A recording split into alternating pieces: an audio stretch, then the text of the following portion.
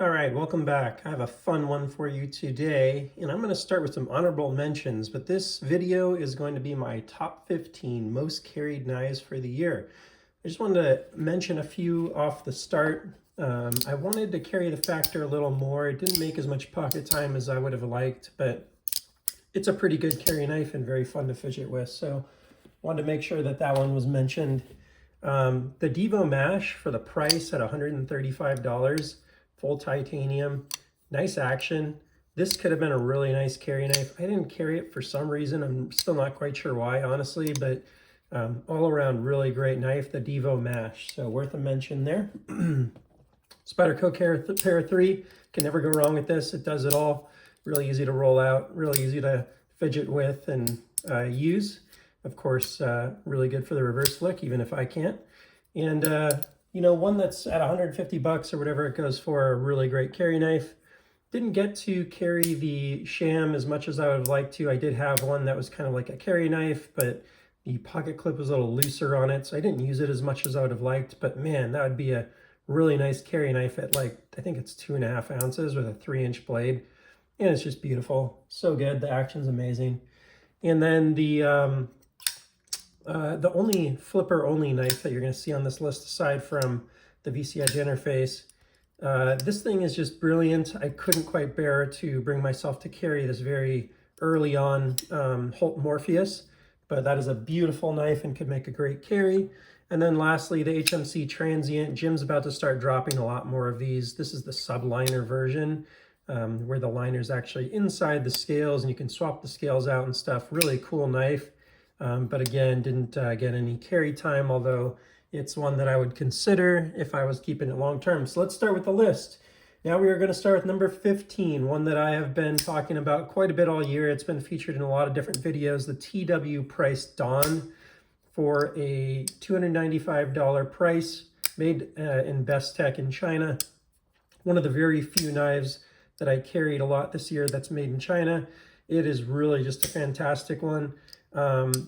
Love the action. My wife actually has my sort of more plain version of it. That's become her knife that she uses for opening packages and whatever she does with it in the kitchen.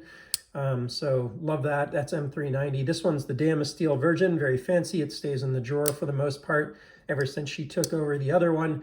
But through about 2/3 of the year, I was carrying her PJ version quite a bit in the stone washed finish with M390, and it was a really nice knife. Love the action. Love the fidgetability, multiple deployment methods. Love the fuller, super minimal.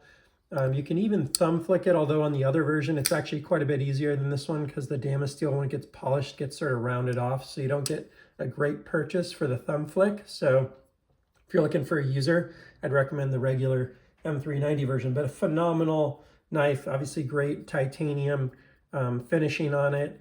It just does everything. Really nice knife, and I enjoyed carrying it quite a bit this year. My next one would be like my go-to, what I'll call gentleman's knife, or something I was looking for if I was in nicer clothes, wanted something more minimal, very minimal pocket clip. The Tactile Rockwall, 2 years in a row, has been my go-to in that situation. I've started carrying an Roosevelt more in those situations, but this one continues to be a really nice kind of all-around small knife for me in a fancier situation. For 300 bucks, you just can't beat it. It's really, you know, titanium, magna cut, kind of does it all. It's not for everyone on the size, but that is kind of the point of that kind of knife. That's number 14 on the list. Number 13 on the list, the CJRB Pyrite got quite a bit of pocket time this year at $50. You just don't mind the idea of it falling out of your pocket or getting put somewhere and left. It's amazingly fidgety, many different deployment methods. You can even roll it out if you get one with the right detent. Some of them came with a little harder detent or lighter detent, so there was a little variability in the detent on these, but I personally love the steel version. The titanium one's a little lighter, maybe 1/4 or 1/2 ounce lighter, but the steel one just feels right to me, and just one of my favorite knives that was ever made. Not even considering what the actual price was, but at the price, it's probably my best value knife that's ever been made and one of my favorites. Number 12 on the list, the Banter continues to be something that I think of as just an all-around great EDC knife. Has the right size and ergos. to do it all. So a lot of smaller knives don't have great ergos, but this one's kind of taller on the scales this way. And that gives it, you know, quite a nice grip in hand. It's under 3 ounces, just has really nice action.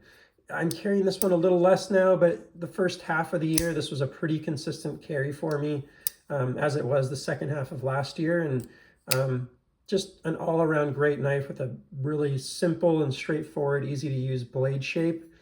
Love it. It's just a great EDC, $108 MSRP. Can't go too wrong to spend that kind of money and then get S35 yen blade steel. Nice little G10 slab handles. Just one that you can beat on and does it all. Now this is a newer knife to me, but something I end up carrying quite a bit. And this is the Wells Bladeworks Custom. And you can go check out Walter Wells and order your own custom with any configuration. I actually have another one coming that's going to take this to the next level with more of a sheep's foot or Warncliffe blade shape. But I love the action.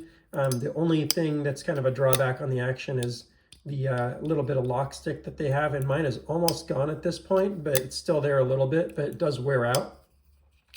Really nice thumb flick, reverse flick. The one I'm ordering, I actually asked them for a chamfered thumb hole. I'd recommend doing that to spare the fingernail because you'll lose a lot of fingernail. Really nice rollout, one of the best rollout in my collection. Very smooth on phosphor bronze. One of the weird things about this one to note is that it is G10 on everything. It's a G10 handle.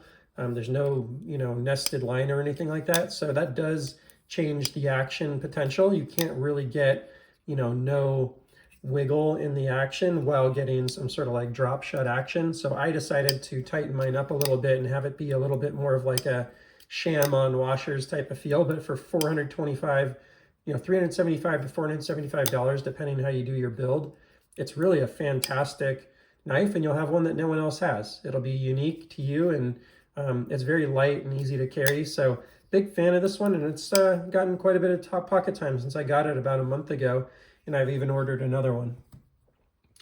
All right, next one on the list, and it would be higher on the list, but I cherish it a little too much, is my SPK Lamia Gen 1. And I would probably carry this a bit more, but I don't, just because he's not making these old V1s anymore. I am trying to continuously trying to find one that's a newer one that meets all of my desires and stuff. I have one that's getting tested right now, but I'm not sure if it's the one. And then I have one on order. But the SPK Lamia is just a phenomenal all-around carry knife. Running it on washers in particular makes it very resilient and tough. And you can run the new ones on bearings as well if that's what you prefer for fidgetiness. They are not the most drop shut knives though. This is not a fidget knife. It's really a knife kind of like a Chris Reeves that feels like it's meant to be carried and put through the paces. Makes most of them in crew wear, although he just did an LMAX drop. And this has been a phenomenal carry knife when I convinced myself to use it, which is very rare on this one, but hopefully more in the new year. All right, that was 1, 2, 3, 4, 5, 6. So what are we on? Number 11. Oh, I'm miscounting it, but bear with me. Next one on the list is the Hinderer 3-inch. This is the XM-18 3-inch, no non-flipper. With the non-flipper, you get this really nice full grip on the 3-inch version because you can choke up on it, choke back on it. And it's actually just been a really nice, once I got the tie scale on it, it felt like a really premium knife for, you know, a decently reasonable price, $425 plus a $200 scale. $625 is not crazy for made in USA. Action's good. They are a little susceptible to lock bar pressure, but the non-flippers are less susceptible because the detent's tuned differently. So I find myself having less issue on the 3-inch non-flipper than I do on pretty much any of the other Hinderers. And yeah, it's been a good knife for this year. This particular one is 20 CV. Most of them are M390 or 20 CV, some S45 VN, S35 VN. But he puts on nice stainless steels. You can get some of them in Magna Cut now on the full-size 3.5s. And it's a good all-around knife for a nice made in USA knife. The next two are I'm going to do this twice, are the brown FSD and Mini FSD. And I kind of alternate between these two. The one I've carried less, just because it's newer, is the Mini FSD-I. I shouldn't say FSD and Mini FSD. They're both Mini FSDs, but the first one's the FSD-I, the inset lock. Really nice. You can roll it out, finger flick it, reverse flip it. It's not the best reverse flip, as you saw I missed there. I would like him to extend this up a little higher and get rid of that nub. Not a big fan of that nub personally. I think it makes it feel like I'm going to lose the knife out of my hand. You can roll them out, reverse flick them, thumb flip them. Oops. Thumb flip them. This one happens to have the detent tuned very tight. You can adjust the detent, which is really cool. You know, titanium scales. He's now making them in Magna Cut or CPM 154 like this one. This one happens to be prototype number 2. So it's one of the CPM 54s, the first one he ever did in pattern 4. And it's just a beautiful knife. I live in Bellingham, so it's kind of a talker piece for me to be able to say, hey, check it out.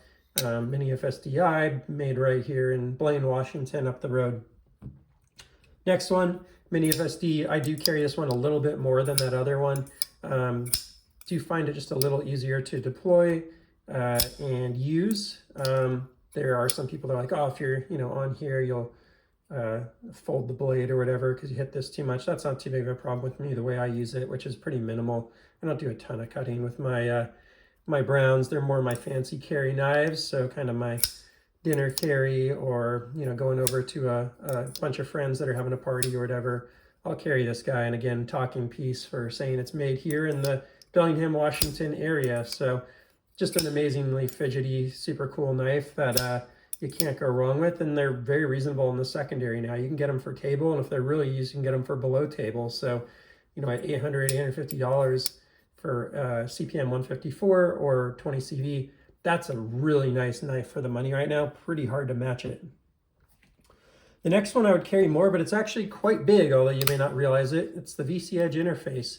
Super light at 1.5 ounces, and this would probably be my most carried knife if A, it wasn't so expensive and I'm a little worried about it, and B, man, it's really actually quite big. This is a 3.625 inch knife, so full-size Demko is actually not any bigger than this, which is crazy. Now the full-size Demko weighs 5 times more, so I'm much less likely to carry it, but I'd love to see Jason do a 3.2 or maybe even a 3-inch version of this, getting closer to even 1 ounce. I don't even care. If it's 1.5 ounce, that's fine. But just a smaller version of this, so it's not so big on my pocket, right? With this pocket clip, it ends up sitting way down in my pocket.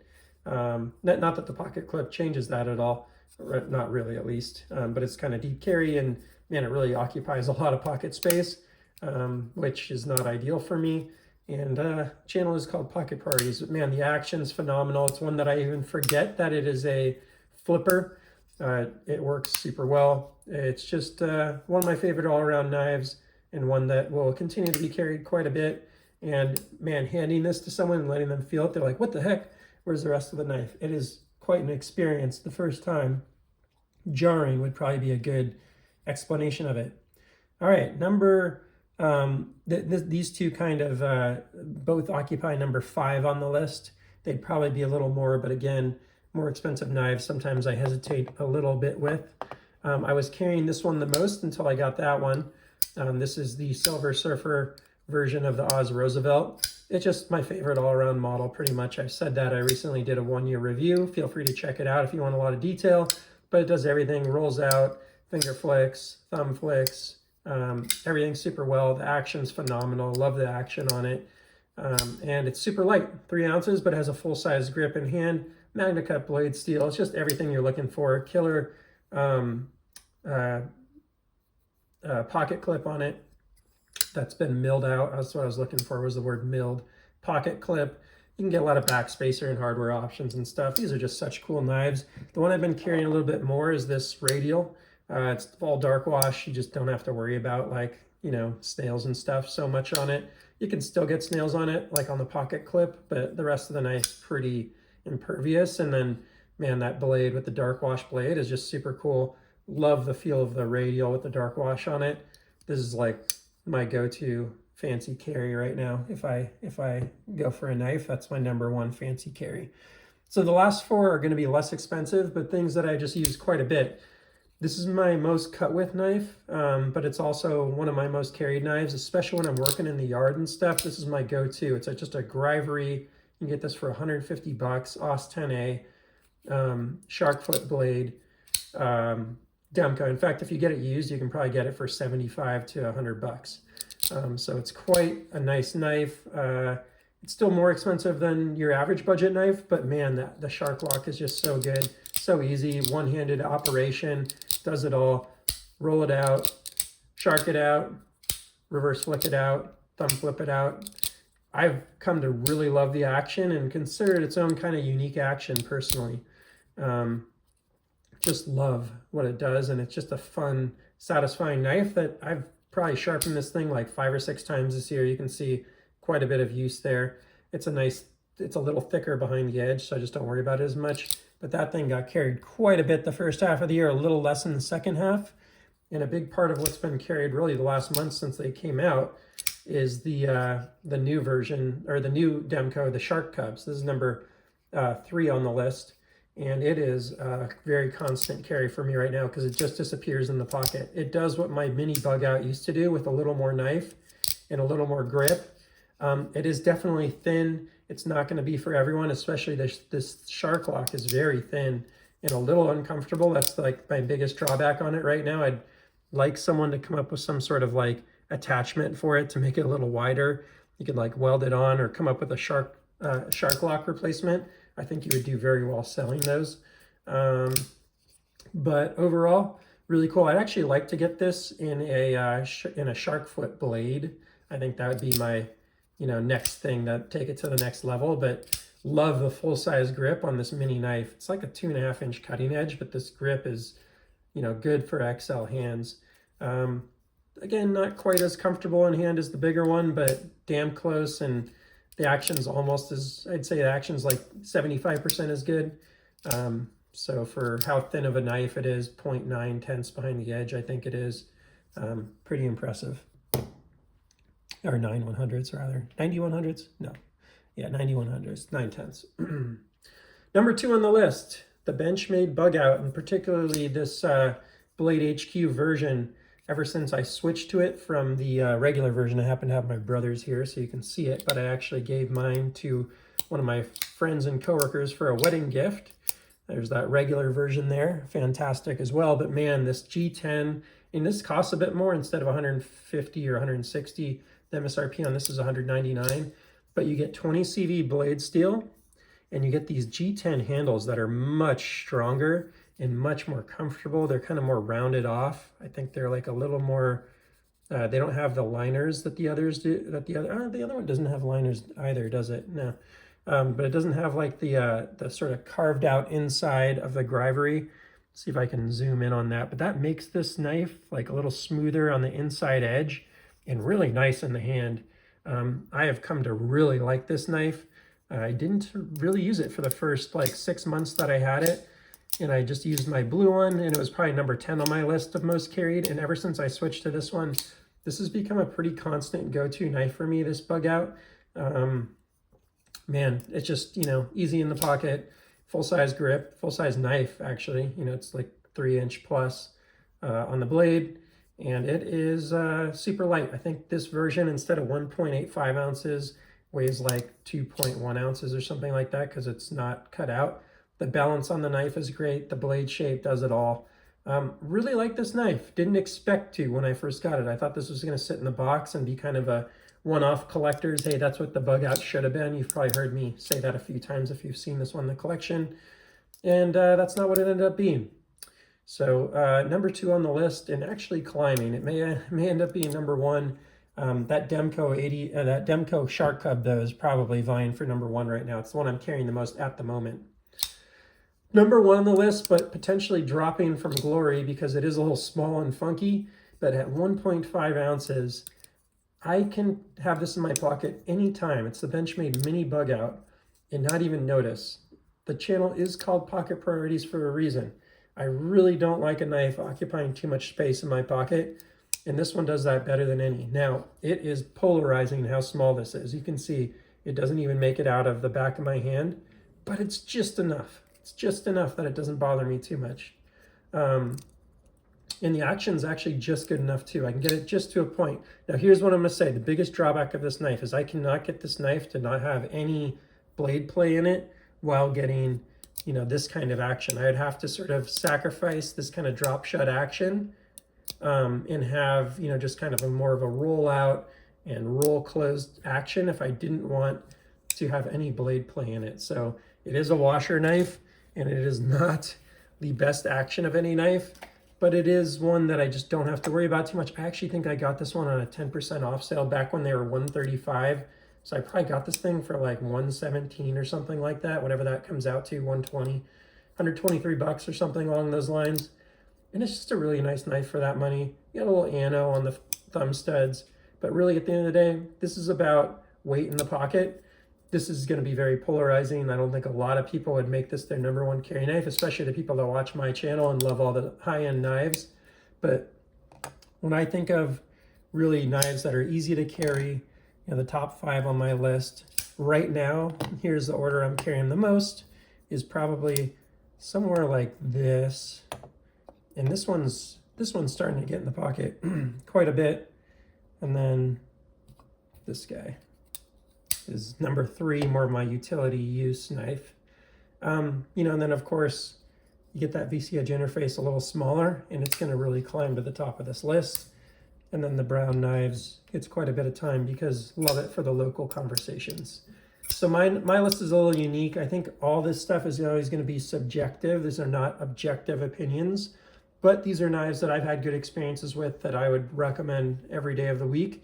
Out of the hundreds of knives that I've had, finishing this year, I think I slowed down a little bit in the second half of the year. I probably ended up with 350, maybe 400 different models passing through my hands. And, you know, these bubble up as ones that just make sense to carry. The Walter Wells as well at, you know, kind of a perfect price point, honestly, in the 400 range is a really nice option. So a lot of good options here. I hope that this list helps you with some of your decision making, and I hope all of you have great holidays ahead. It's the holiday season, so maybe a little something for the stocking stuffers here.